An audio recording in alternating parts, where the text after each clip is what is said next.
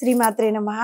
శ్రీ లలితా సహస్రనామంలోని 712వ నామము ఈ.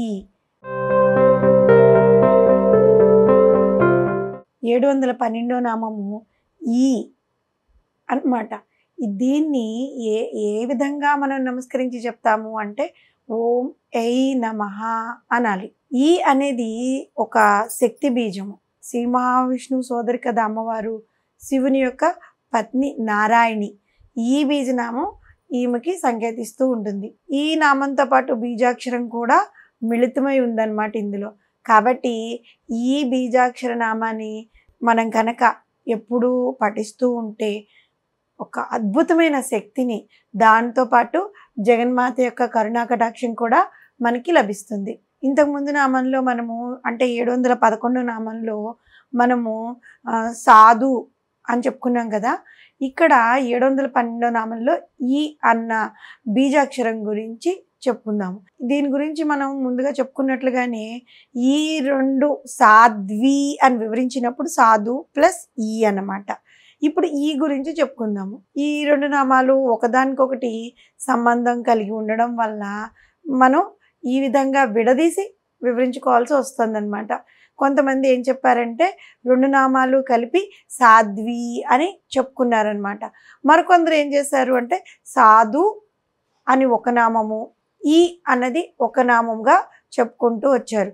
మనకి లలిత సహస్రనామంలో మనం కనుక గమనించేట్లయితే ఏ ఒక్క నామము తిరిగి మళ్ళీ దాని యొక్క అర్థం కానీ తిరిగి మళ్ళీ రాలేదన్నమాట. అందుకని సాధ్వి అనే నామం వచ్చింది కాబట్టి సాధు అనేది ఒక నామంగా, ఈ అనేది ఒక నామంగా వేరు చేసి చెప్పుకున్నాం అన్నమాట. కాబట్టి ఒకసారి వచ్చిన నామం మళ్ళీ తిరిగి రాకుండా ఉండడం కోసం కొంతమంది భాష్యకారులు ఈ విధంగా చెప్పుకుంటూ వచ్చారు. ఇంకా లలిత సహస్రనామంలో 128వ నామము సాధ్వి అన్నమాట. అందుకని భాస్కర్ రాయల వారితో సహా చాలామంది ఈ నామాన్ని సాధు ఈ అనే రెండు నామాలుగా తీసుకున్నారు. వాళ్ళని అనుసరించి మనం కూడా ఈ రెండో నామము ఒకటి సాధు అని, ఈ నామము మనం ఇప్పుడు చెప్పుకుంటున్న నామము ఈ అని వివరంగా తెలుసుకుందాము. 711వ నామంలో సాధ్విని ఓం సాధవే నమః అంటాం. ఇక్కడ ఓం ఐ నమః, ఐ అంటే ఐ నమః అని చెప్పాలన్నమాట. ఈ రెండు కలిపితే పారాయణ చేస్తున్నప్పుడు మాత్రం సాధ్వి అని పారాయణ చేస్తాం. ఆదిపరాశక్తి చాలా సర్వశక్తి మంత్రాలైన దేవత, పరబ్రహ్మ స్వరూపము. శక్తిలో ఆదిపరాశక్తి పరమసత్య స్వరూపంగా గుర్తింపబడింది అనమాట. ఇంకా దేవి భాగవత పురాణంలో ఈ సమస్త సృష్టి యొక్క మూల సృష్టికర్త, పరిరక్షకురాలు, లయకారిణి ఆదిపరాశక్తి అయిన శక్తి స్వరూపము ఈ అనే నామంతో సూచించబడింది. ఆదిపరాశక్తి శూన్య బిందువు అంటే ఒక దివ్యమైన శూన్య స్త్రీ శక్తి అనమాట. శూన్య బిందువులోంచి ఆ అమ్మవారు ఉద్భవించారు. ఈ అనంత విశ్వానికి అధినేత్రి అయిన ఆదిపరాశక్తి రూపం లేనిదే ఏదీ లేదు. ఒక అమ్మవారైతే అసలు ఏ రూపం లేదు, నిర్గుణ బ్రహ్మతో మనము చెప్పుకోవచ్చు. మనం ముందుగా చెప్పుకున్నట్లుగా ఈ అనే నామము బీజాక్షర సమన్వితమైనది అని చెప్పుకున్నాం. అకారము విష్ణు స్వరూపం అయితే ఈకారము ఆయన యొక్క సోదరి అయిన నారాయణి స్వరూపము. ఈ రెండు బీజాక్షరాలు కలిపితే ఐ అవుతుందన్నమాట. కాబట్టి వీరిరువురి స్వరూపం కనుక జగన్మాతను స్మరించేటప్పుడు ఓం ఐ నమః అని స్మరిస్తే అటు విష్ణుమూర్తిని ఇటు అమ్మవారిని ఇద్దరిని స్మరించిన ఫలితం కలుగుతుంది. జనార్ణవ తంత్రం ఏం చెప్పిందంటే ఈ మంత్రము ప్రకాశించుచున్నటువంటి రక్తవర్ణం కలిగి ఉంటుంది అని చెప్పింది. ఎంతో లోతుగా ఆలోచించి అర్థం తీసుకుంటే కనుక ఈ అనే కామకళా బీజాన్ని గురించి జగద్గురువులైన ఆదిశంకర్లు తన సౌందర్యలహరిలో 19వ శ్లోకంలో వివరించారు.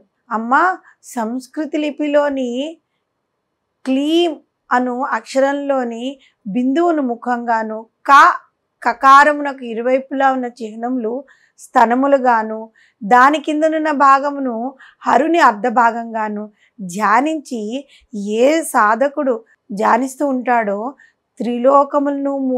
అతను త్రిలోకములను మోహింప చేయగలడు అని చెప్పారు.